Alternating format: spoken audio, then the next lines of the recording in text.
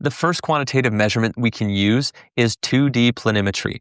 This also is a level 1 recommendation for assessment of mitral stenosis severity. You can do this 2D assessment by obtaining a transgastric view, and then I would perform an XPlane through what appears to be the smallest part of the mitral valve area, and it'll give you the short axis view here.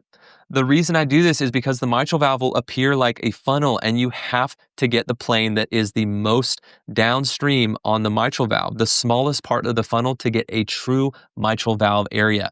Ensure that you're measuring at the leaflet tips. This must be done at mid-diastole when the mitral valve is most open. This is a helpful tool to use in low flow, low gradient mitral stenosis where a mean gradient might not be as reliable. Some of the errors you may see in this method are that it can overestimate the mitral valve area. If you locate the narrowest orifice, that gives you the true mitral valve area.